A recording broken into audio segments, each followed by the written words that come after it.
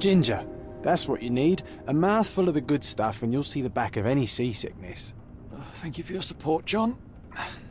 Don't suppose you actually brought any ginger? No, I don't get seasick. Terrific. Don't worry, Sherry. We've almost arrived at Cordona. I can see land through the porthole. So much for docking by tea time.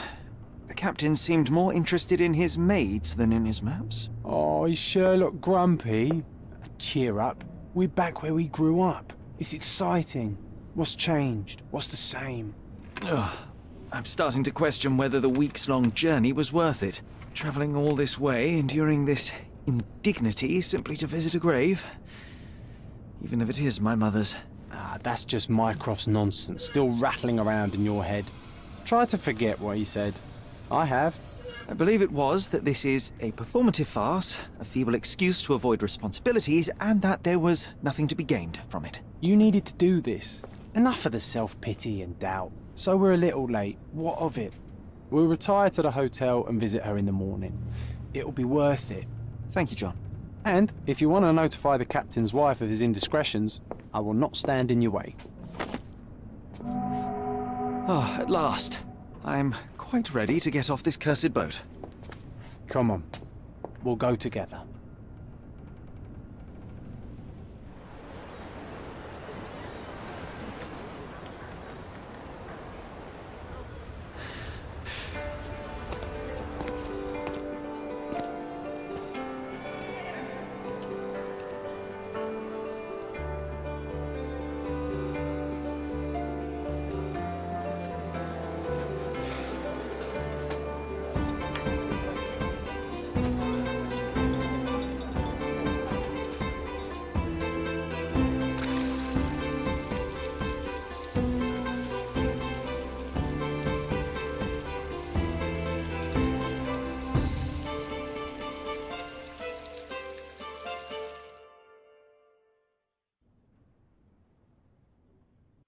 Hey, Sherry. Come on, catch up. Yes, yes. Sherlock, don't get lost in this huge garden. Follow the sound of my voice. Welcome to Il Palazzo di Lusso, sir. Welcome to Il Palazzo di Lusso, sir. We just need your signature. There you are. Ah, Mr. Holmes. Yes, we have room 221 prepared for you. I see it was reserved for 2 people. Would you like a second key? Oh, no, I think we'll stick together. Very good. Rooms are upstairs, sir. Welcome to Cordona. Hurry up, Sherlock. I want to see our room. I hope there's a balcony with a view.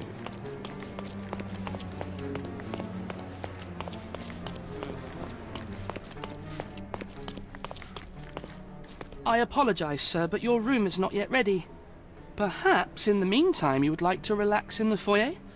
Tonight, the restaurant is offering a complimentary marlin ceviche to all our guests. Let's check what they have on offer.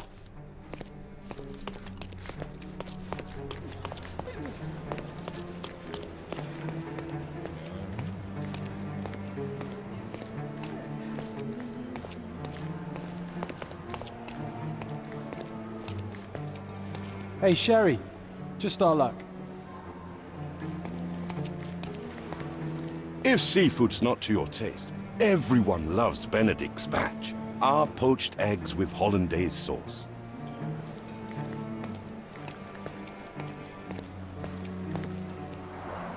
A medium, John. Haven't we been through this already? Come on, it's not like we've got anything better to do.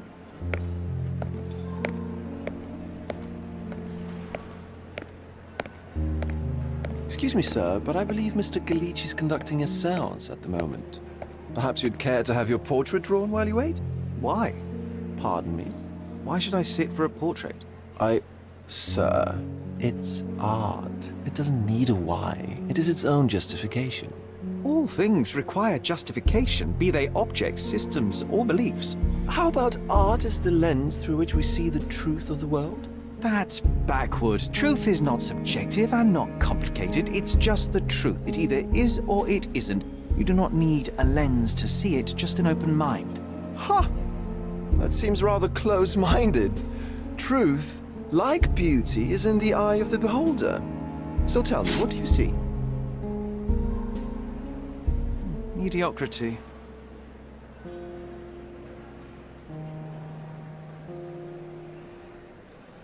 Come now, Sherry, what did he do to deserve that?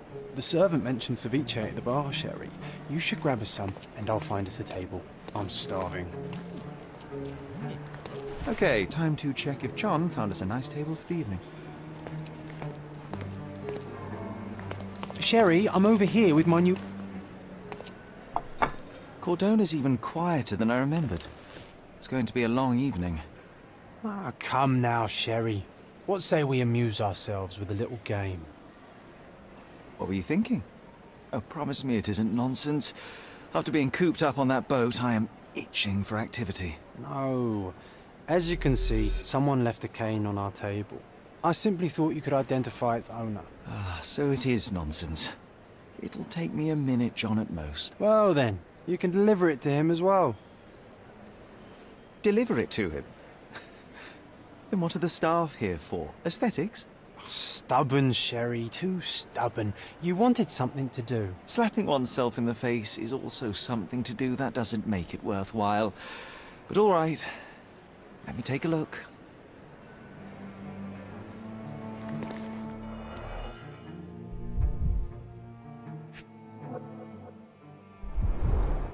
The hand grip is a head of a golden Javanese statue, probably stolen from a temple. The dents suggest it has been used as a bludgeon.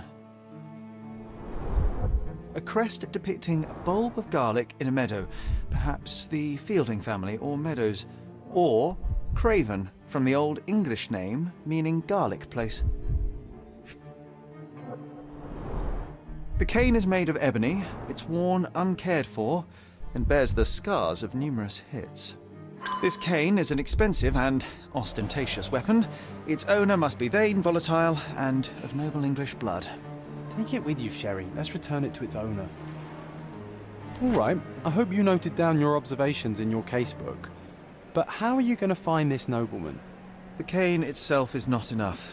I may have to ask other guests if they saw who was here.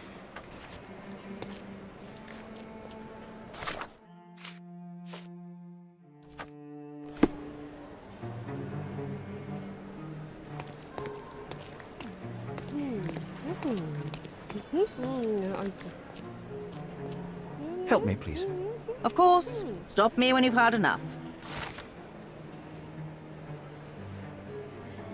Well, even with your keen senses, Sherry, I doubt you'll find the cane's owner on your first try.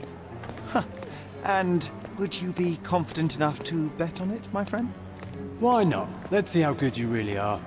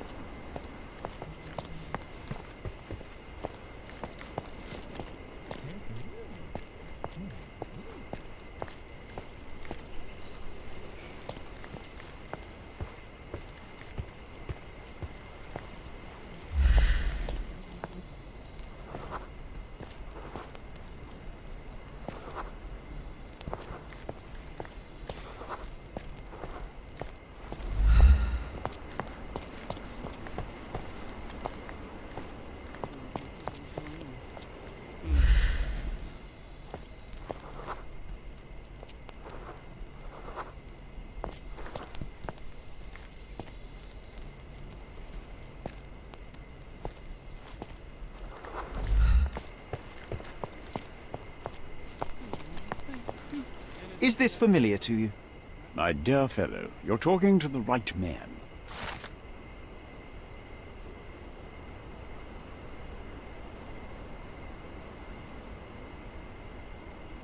Hey, Sherry, don't we now have the perfect excuse to visit the seance? I'm just going to give the cane to its owner. You will not persuade me to take part in this show.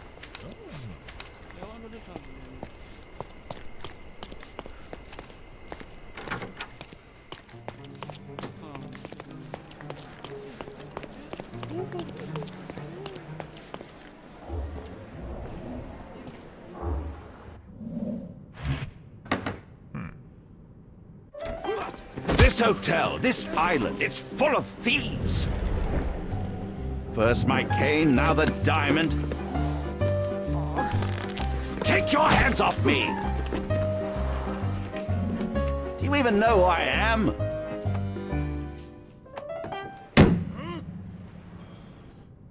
Hey, boy! That's my cane! I get that a lot. It's a very common design. What? No, that's a custom-made. A joke. A joke. It was left at my table in the restaurant. I thought it deserved to be returned. Well, I'll be... It is rare to encounter a straight-fingered true penny these days. What a gentleman. But I must ask, how did you know I was the rightful owner?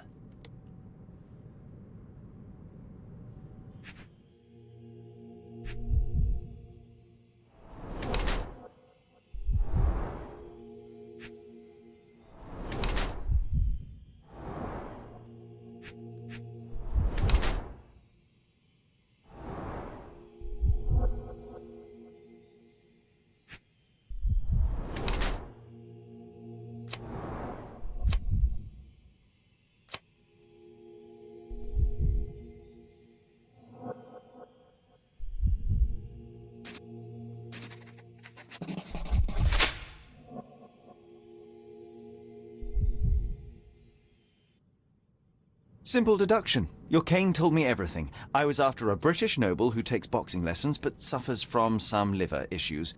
And if one were to go further, one may even be able to extrapolate your name from your heraldic symbol, Lord Craven. Well, you're half correct. I am indeed Lord Andrew Craven. Your other guesses were wrong. But you still have the edge over that blasted medium. Well, you found my cane. Perhaps you can locate my diamond, too. Yes, you should do it. It will be child's play for you, Mr. Holmes. And if a child can do it, then I'm sure the local police can suffice. The police? Why bother? I know this harlequin stole it. The only question is, where is it hidden? Fine. Give me my stick and I'll resolve the matter myself. This thief almost confessed after a single punch.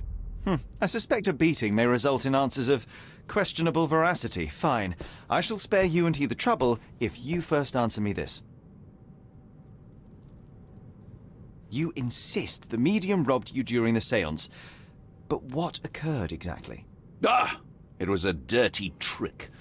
We were sitting here in the dark, chanting and holding hands, as expected. Then something began to appear from the medium, like a cloud or a bubble.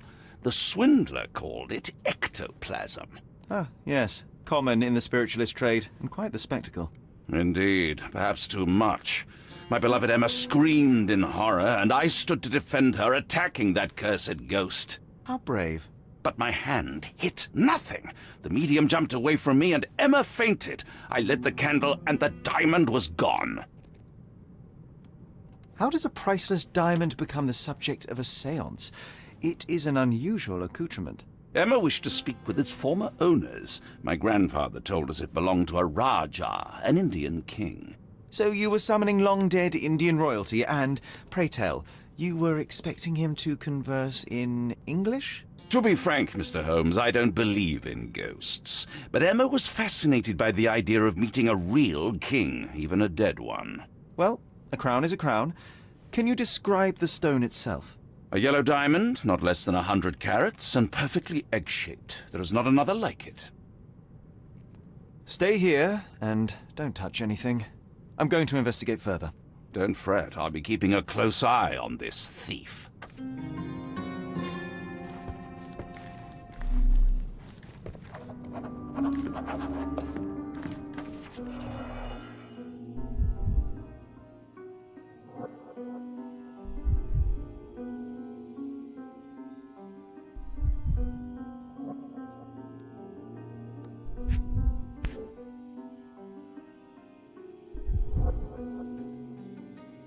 This brooch is old and cheap, but the moth design has its charms.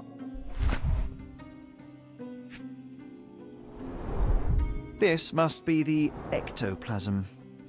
Too bad there's not enough for a proper chemical analysis. Ectoplasm. The ghost was here, Sherry. Half a glass of Balblair scotch and the remains of a Paul Aranaga cigar. What else does a gentleman need? There are light traces of rouge on the edge of this wine glass.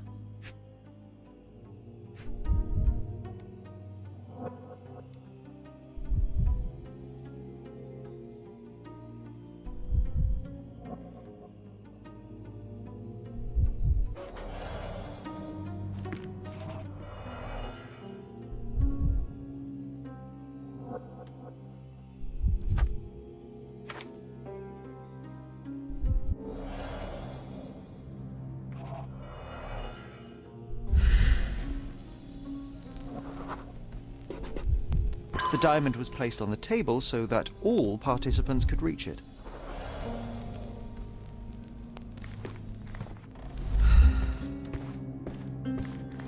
Was this covered on purpose? Of course. It is very dangerous to leave a mirror exposed during a séance. The spirits may become enraged. Or someone may notice the trick they should not see.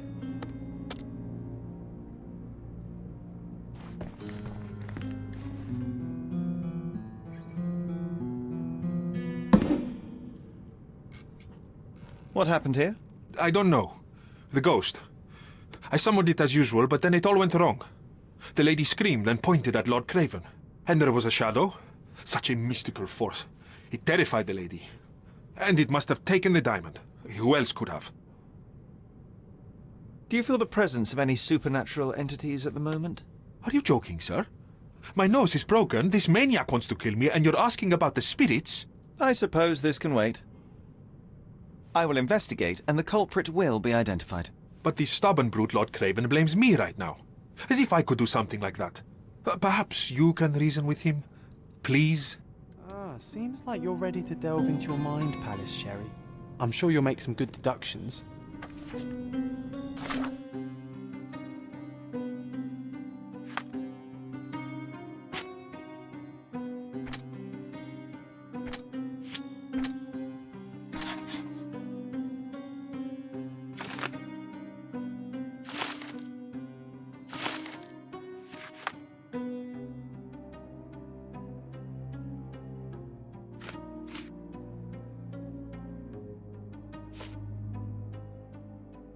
It seems there may have been an unexpected visitor outside the window. I hope it was the ghost of the Raja.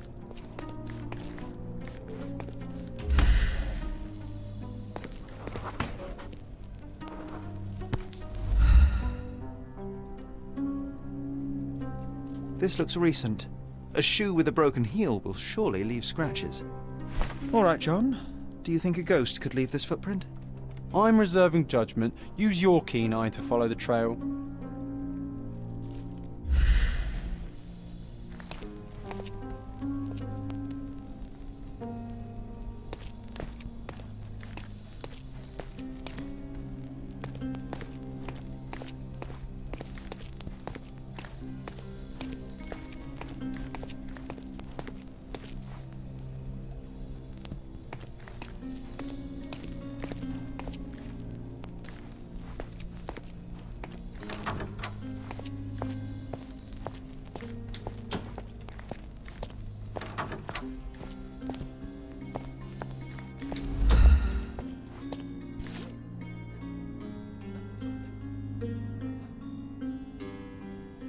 Size 4 with a broken heel. Rose D'Amour. All the maids in the hotel wear this exact shoe. So, definitely not the ghost of a Raja? Unless... No, what a shame. Our witness was a nosy maid. Searching the entire hotel could be difficult. Perhaps the other maids can help us find her.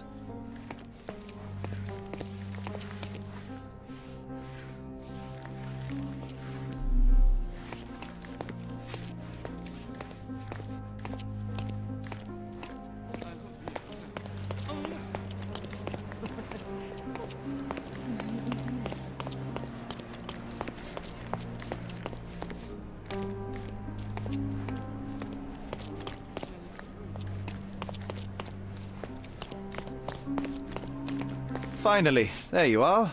One would think a maid would be easy to find in this place. I'm sorry, sir. Do you need more towels? No. You are the maid who saw the ghost in the seance room, yes? How did you know? Simple. You changed shoes after breaking a heel while fleeing the scene. I'm sorry, sir, but if I may ask, who are you? A precious diamond was stolen during the seance. Lord Craven entrusted me with its recovery. I'm sorry, sir, but we are forbidden to discuss the private matters of our guests. Are you also forbidden from peeking into private rooms, Miss? Saletta. Lucia Saletta, sir. Tell me, Miss Saletta, what would your manager say if he knew you were spying on guests? Oh, please, sir, don't tell him. I have a family. I need this work. I won't, but only if you answer my questions truthfully. And don't play coy. I can tell. Describe what happened during the seance. A lady and two gentlemen were sitting at a table, touching their hands to something. The medium started to whisper and chant, and a ghost appeared. A ghost? You're confident? It was unearthly, sir. It grew from the medium's chest. A glowing cloud or a bubble. I pressed closer against the window to see better. And the lady saw you? How did you... Yes! She screamed and pointed, so I hurried to escape, and I broke my heel. But I did see the ghost. A sickly, evil thing. And that's all you can tell me? Did you see any of what happened next? The medium, Mr. Galici, he was doing something with the ghost. He grabbed at it like he was trying to catch it. And then I ran. I suppose I should be grateful you endured these horrors for such a long time. All right, I have your account memorized. Good day. Oh, you scared the poor girl, Sherry. Did she really deserve that? We all got what we wanted. She talked. I stay silent. Oh, let's get back to the crime scene. I always love seeing you explain simple things to simpletons.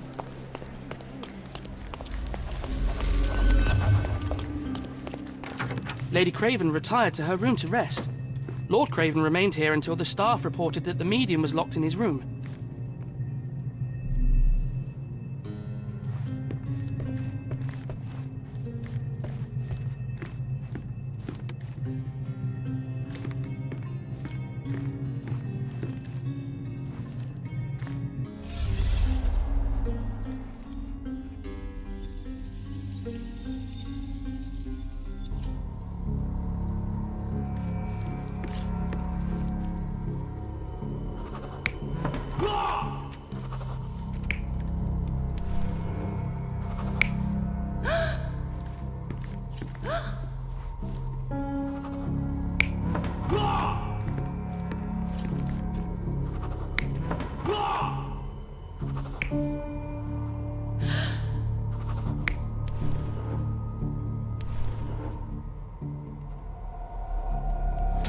It all began when the lady screamed and pointed at the window.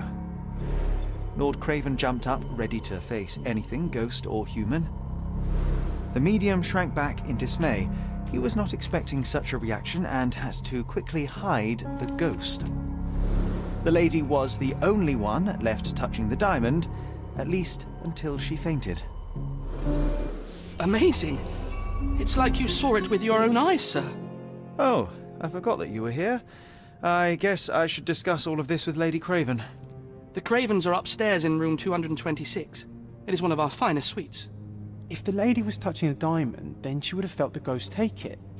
What do you think it felt like, Sherry? A jellyfish?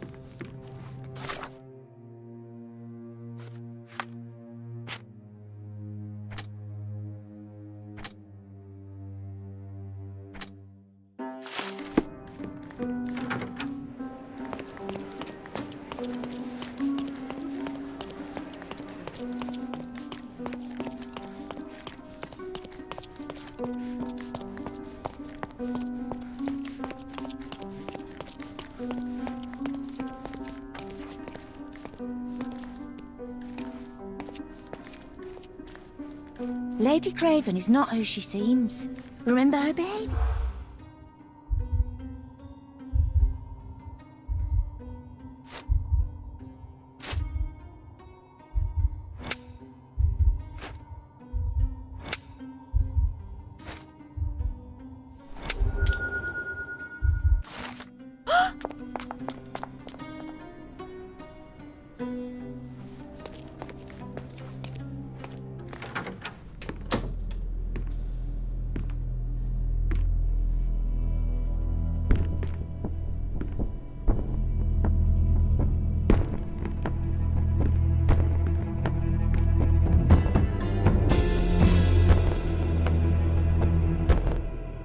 You're here, at last. I didn't do that. I swear, I found her this way. Well, I did have some questions for her, but it seems I've arrived too late. Now it's a matter for the police. Mr. Holmes, you said it yourself. They're children. They'll only make things worse. You promised me you would investigate. Investigate a theft, not a murder. Fear not. I will tell them all I've uncovered. Please, help me. The police will surely accuse me of Emma's death. You are the only one who can find the truth. Fine, but only because it's slightly more interesting than the walls of my room. Tell me what happened. Look, after you left, I waited in the seance room until the servants locked up Mr. Gallici, the medium. And was your mistress there too? Oh, so you know? I suppose I shouldn't be surprised. Regardless, the staff took Emma to her room. She was still feeling dizzy. So you didn't follow her. Interesting. Is Mr. Gallici still being held, and where did the servants secure him? He's in room 225, but that pigeon-livered man at the reception desk refused to give me the key. Well, I will have to visit reception myself then. Perhaps he will listen to reason. Where did you go instead? To the bar. It had been almost an hour. I see. And how long did you stay? I partook of a well-earned whiskey or two before retiring upstairs. Ask anyone there. Now we arrive at the tragedy at hand. So what transpired after your detour to the bar? I headed up to my room to find Emma on the bed. I didn't pay her much attention at first. I was still preoccupied with that damned medium. But when I realized she was silent, I drew closer and discovered she was dead. What's more, the diamond lay right there beside her. Oh, well, that is splendid news. Splendid? The return of the diamond will be cold comfort if I live out my days in a jail cell. You must help me. Let me see what I can find. Barely an hour has passed and you already have yourself a murder mystery, Sherlock. Why am I not surprised?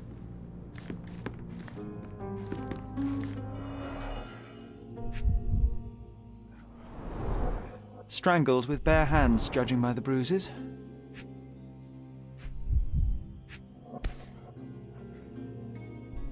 This must be the missing diamond. A tremendous specimen, now forever tainted. Everything was tipped out of the bed as if it was searched. Do you think she stole the stone? It's certainly possible, but we won't get her confession now. Well, there is a professional medium right next door.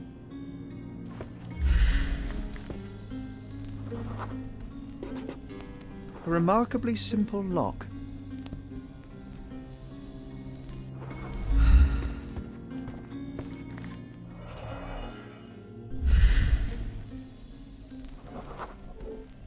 Aha! A neat hiding place. Why would she conceal all of this?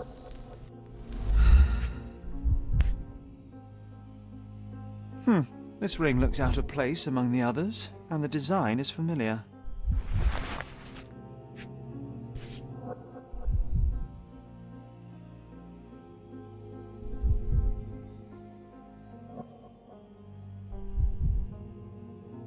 Virtus audacta sapit. Courage tastes bold. A unique family motto. Several £1,000s, that's quite a fortune.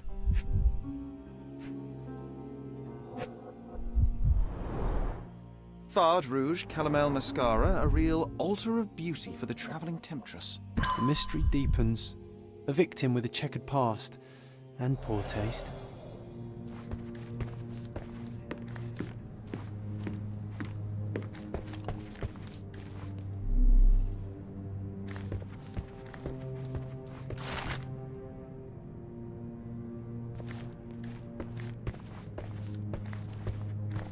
Someone was not happy with his post.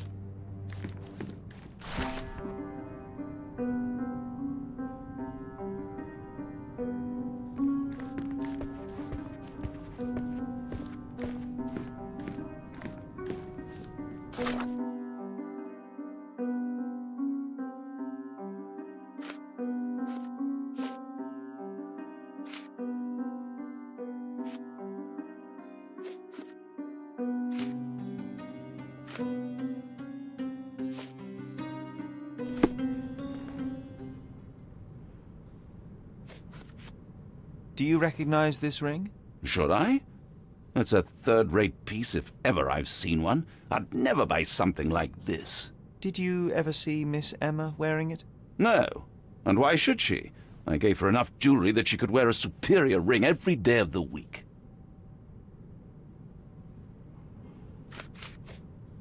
I found these jewels secreted away. Are you familiar with them? Ah, it cannot be so. That deceptive wagtail. How could she do this? That sounds like a yes. These items were supposedly stolen from us during our trip. I must have spent hours reporting it all to the police. And it turns out she had them all along. The trollop. I'd kill her myself were she not dead already.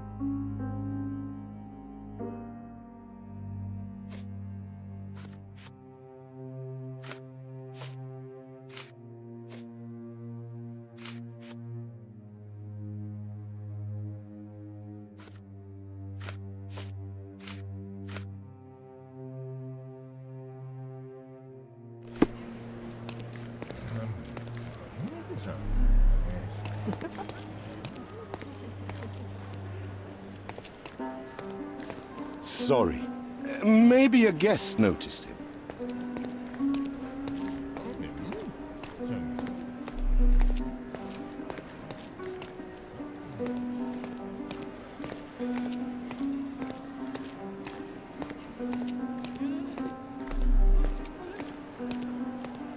Pardon, monsieur, but I am not in the mood to talk.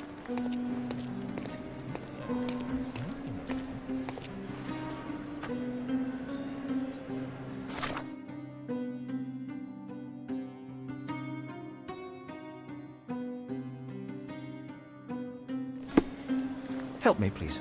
My dear fellow, you're talking to the right man.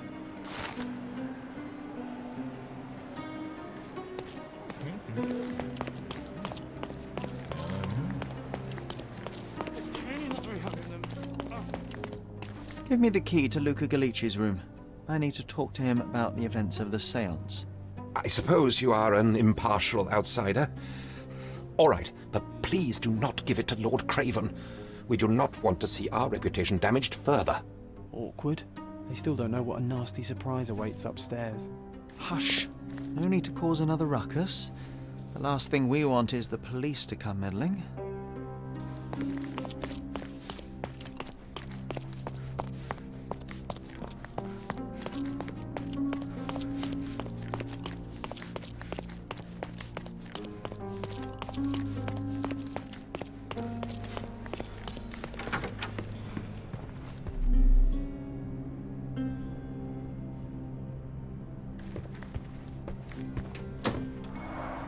Tools and accessories for masterful prestidigitation. Or weapons and defences against visitors from the great beyond.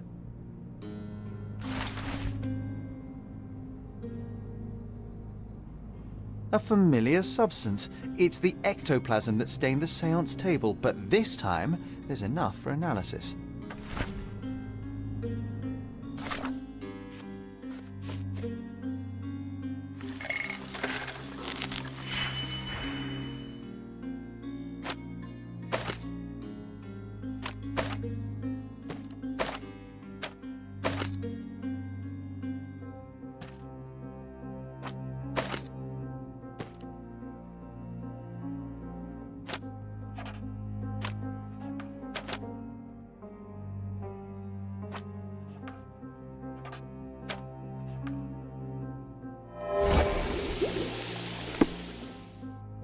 My faith in this medium has burst, just like a rubber balloon.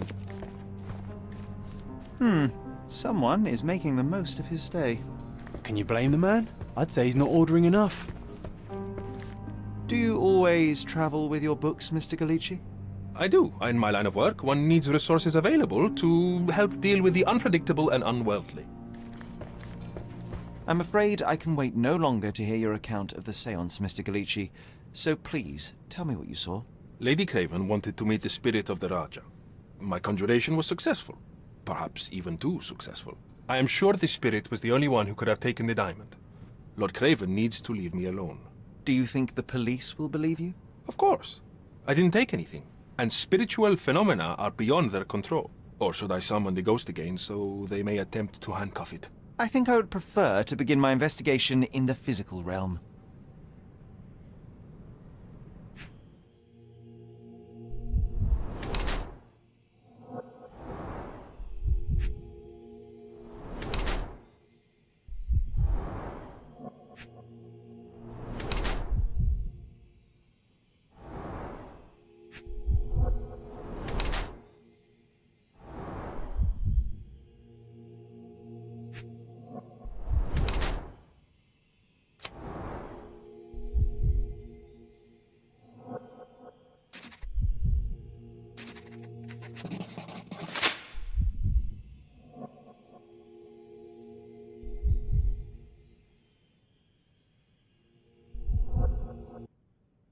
I have shocking news that changes your situation entirely. Oh, no, wait.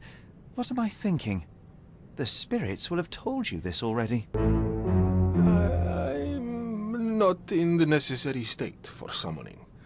The spirits preferred clarity of mind and soul. Please, tell me. Lady Craven died in the very next room while you were in here. Did you not hear anything? What? How? In fact, I did hear noises. That Craven is a very loud man, but I never thought he would do that to his wife. Well, you claim to be a medium.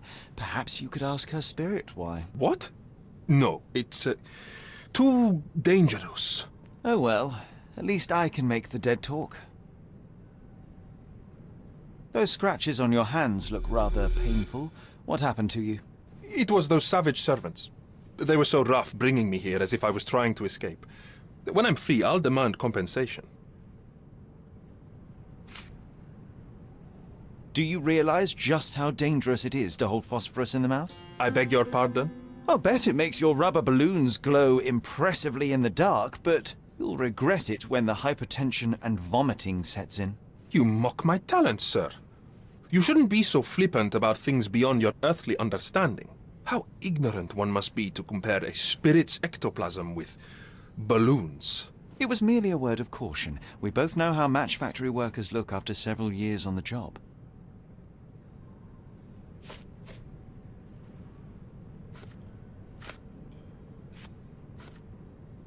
That's a remarkable pin of yours, Mr. Galici. Does it have any meaning? The butterfly? It's a reminder of a time in which I was truly happy. What a coincidence. Lady Craven had a ring with the same design. A coincidence indeed. I suspect it is a common theme in jewelry.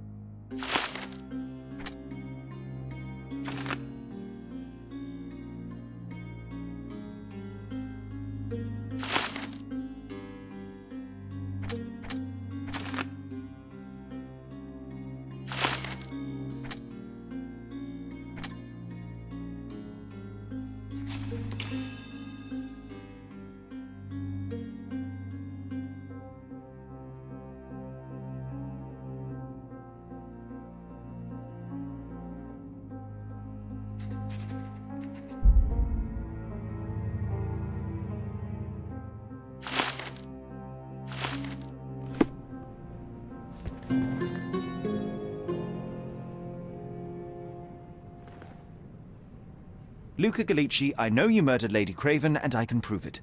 That would be a grand story for the newspapers. But where's your proof? I was locked in here and could not hurt a fly. Your wrists are bloodied, and there's no way a servant's manhandling could cause such an injury. It was Lady Craven as you strangled her. You are fantasizing, Mr. Holmes. Yes, the locked room. Good of you to mention it. I inspected the door between the rooms, and the lock on it is piteous. You could open it with a penknife. So I am now a burglar, as well as a thief and a murderer? As for the motive, it's obvious that you deduced that Lady Craven was the real thief. Of course, it helped that this was not your first encounter with Miss Emma. I don't know what you're talking about. How on earth can you believe this? I think the police will easily find the proof when they browse their archives. It is done, Luca. You will be arrested. Your best strategy now is to confess and hope your reasons were justified. I don't know how you figured it out. But yes, I killed her. I had to. This woman could not get away with ruining my life twice. Twice? I knew Emma before she was a lady. I mean, she pretended to be noble back then too. But only so our gang, the Moths, could steal from those snobs. She betrayed us, stole all our money and disappeared, leaving us to rot in jail. I was young. I spent 3 years in that hell. And tonight, she tried to set you up again. Did she recognize you? She didn't. I came to her afterwards, pleading that she drop this farce, but she laughed in my face. I just remembered my time in the clink, all I suffered while she indulged. And I grabbed her throat. Murder is murder, Luca. You could have told Lord Craven the truth and seen Miss Emma's downfall, but you could not restrain yourself. He would never believe me. We will never know. Still, perhaps a jury will be more easily swayed. If not, you'll get to see your friends in jail again soon.